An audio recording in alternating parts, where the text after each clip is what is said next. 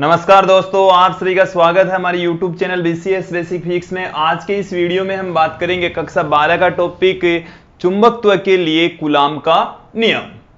देखिए दोस्तों, इससे ठीक पहले हमने जो फर्स्ट यूनिट है उसमें ये देखा था कि जो कूलाम का नियम है वो आवेशों के लिए लागू होता है। यहां पर भी हम चुंबकीय आवेशों के लिए कूलाम का नियम देखने वाले हैं। दोस्तों देखिए, कूलाम का नियम है क्या, सुन लीजिए, समझ लीजिए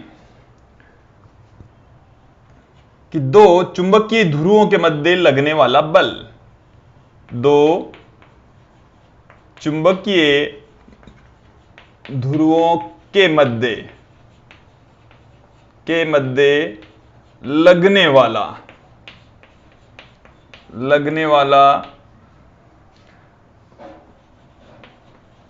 चुंबकीय बल, दो चुंबकीय ध्रुवों के मध्य लगने वाला जो चुंबकीय बल है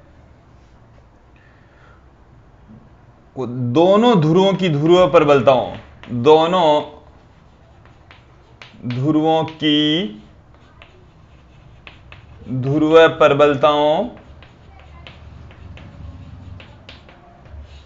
के गुणनफल के समानुपाती, दोनों ध्रुवों की ध्रुव प्रबलताओं के गुणनफल के समानुपाती तथा दोनों ध्रुवों के मध्य की दूरी के वर्ग के व्युत्क्रमानुपाती होता है, तथा दोनों ध्रुवों के मध्य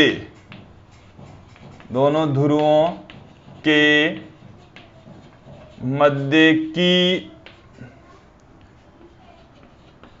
दूरी के वर्ग के व्युत्क्रमानुपाती होती है। व्युत्क्रमानुपाती होता है। एक बार इस स्टेटमेंट को समझेंगे कि दो चुंबकीय ध्रुवों के बीच में लगने वाला चुंबकीय बल दोनों ध्रुवों की ध्रुव प्रबलताओं के गुणनफल के समानुपाती होता है तथा दोनों ध्रुवों के मध्य की दूरी के वर्ग के व्युत्क्रमानुपाती होता है। दोस्तों यहां पर हम दो ध्रुव लेकर चल रहे हैं। एक ध्रुव की ध्रुव प्रबलता हम ले लेते हैं दोस्तों स्मॉल m1 और दूसरे ध्रुव की ध्रुव प्रबलता ले लेते हैं स्मॉल m2। दोनों ध्रुवों के बीच की जो डिस्टेंस है वो हम लेकर चल रहे हैं स्मॉल r, कि हमारे पास में दो चुंबकीय ध्रुव हैं, एक m1 है दूसरा m2 है। देखिए दोस्तों, ये जो दोनों जो चुंबकीय ध्रुव हैं वो अकेले विलगित ध्रुव नहीं है।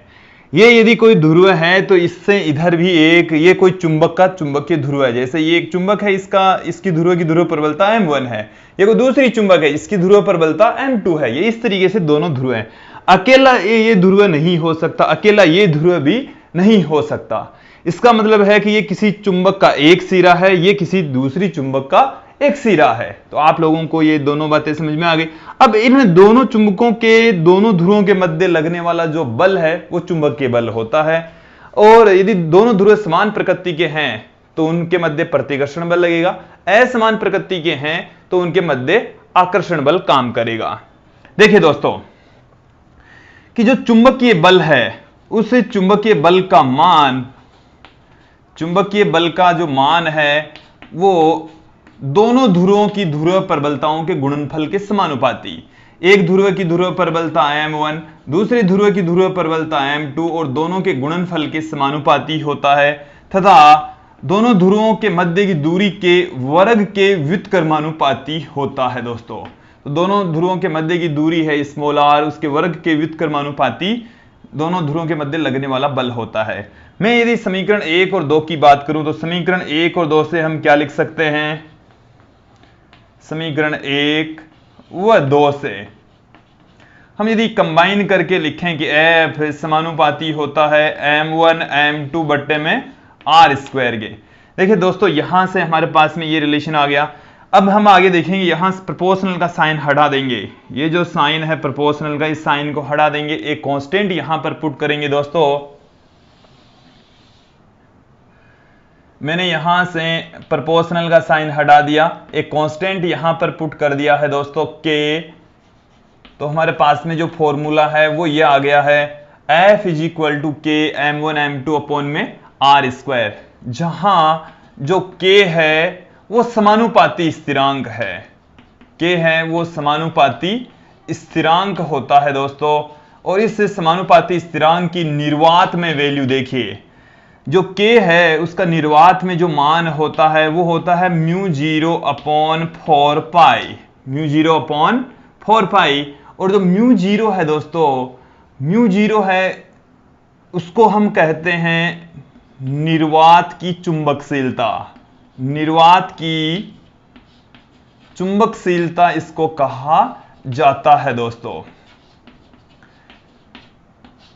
इसका जो मान होता है k का वो होता है 10 की घात -7 न्यूटन प्रति एम्पियर स्क्वायर, न्यूटन प्रति एम्पियर स्क्वायर इसका मात्रक होता है दोस्तों।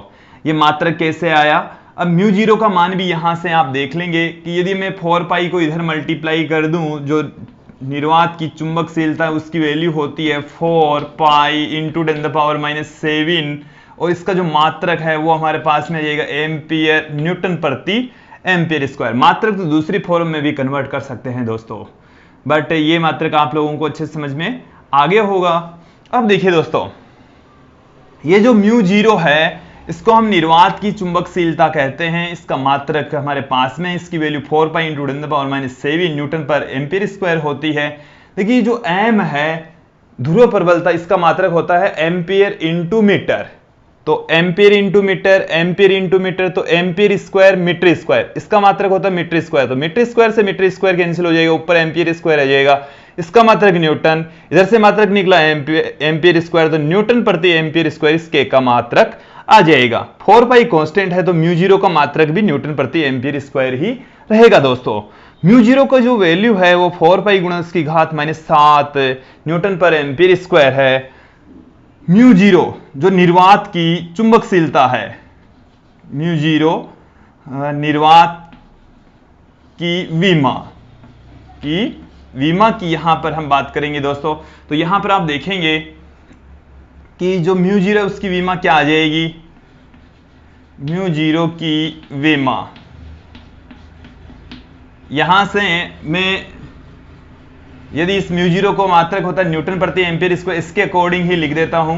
न्यूटन बल का मात्रक तो m1 L1 T-2, और ये हमारे पास में है A2। फाइनली जो इसकी विमा आएगी μ0 की वो क्या आएगी दोस्तों, μ0 की जो विमा है देखिए, ध्यान देंगे बोर्ड पर, m1 L1 T-2 A-2 इस μ0 की विमा आएगी दोस्तों। यदि हम इस k की वैल्यू यहां पर पुट कर दें तो दो आवेशों के, चुंबकीय आवेशों के मध्य लगने वाला जो बल है जिसको हम चुंबकीय बल कह रहे हैं, उसका फॉर्मूला हमारे पास में आ जाएगा μ0 अपॉन 4 पाई m1 m2 बट्टे में r स्क्वायर। एक बार इस फॉर्मूले को देख लेंगे आप, समझ लेंगे आप कि दो चुंबकीय ध्रुव जिनकी ध्रुव प्रबलताएं m1 m2 स्मॉल r दूरी पर यदि स्थित है तो उन दोनों के मध्य लगने वाला बल F equal to μ0 upon 4 pi m1 m2 upon में r स्क्वायर होता है। ये निर्वात में लगने वाला बल होता है दोस्तों।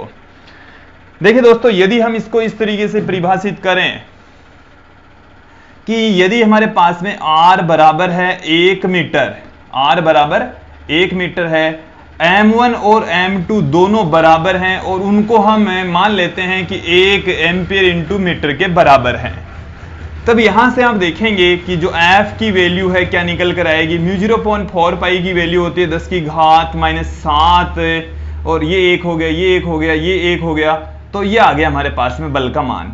तो देखिए दोस्तों, हम एकांक ध्रुव प्रबलता को कैसे परिभाषित करेंगे कि यदि दो चुंबकीय आवेश यदि एकांक दूरी पर स्थित हैं, एक बार मेरी बात सुन लीजिए कि यदि दो चुंबकीय आवेश एकांक दूरी पर स्थित है, 1 मीटर दूरी आ रही है, इसका मतलब है एकांक दूरी पर स्थित है, तो दोनों आवेशों के मध्य लगने वाला बल 10 की घात -7 न्यूटन है, तो प्रत्येक ध्रुव की ध्रुव प्रबलता 1 एम्पियर इंटू मीटर होगी।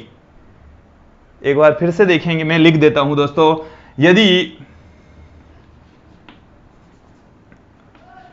यदि दो ध्रुव एकांक दूरी पर स्थित हो तथा उनके मध्य 10 की घात -7 न्यूटन बल कार्य करें तो प्रत्येक ध्रुव की ध्रुव प्रबलता एकांक होगी दोस्तों, एकांक होगी। इसका अर्थ यह हुआ कि m1 m2 को हमने 1 लिया, r को 1 लिया, तो f की वैल्यू आ गई 10⁻7 मीटर। तो हम ये कह सकते हैं कि यदि एकांक दूरी पर स्थित दो चुंबकीय ध्रुवों के मध्य लगने वाला बल 10⁻7 न्यूटन है, तो प्रत्येक ध्रुव की ध्रुव प्रबलता 1 एम्पीयर इंटू मीटर होगी दोस्तों। अब यदि यहां पर यदि हमारे को यह कहा जाए कि दोनों जो माध्यम हैं, जो चुंबकीय ध्रुव हैं, उनके मध्य कोई माध्यम भर दें तो जो चुंबकीय बल है वो क्या हो जाएगा, कि माध्यम में चुंबकीय बल की वैल्यू क्या होगी।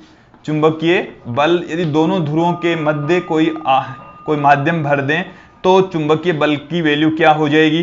तो देखिए दोस्तों, Fm से पुट करेंगे, यहां पर आ जाएगा म्यू बट्टे में 4 पाई रह जाएगा m1 m2 अपॉन में r स्क्वायर, ये चल ही रहा है।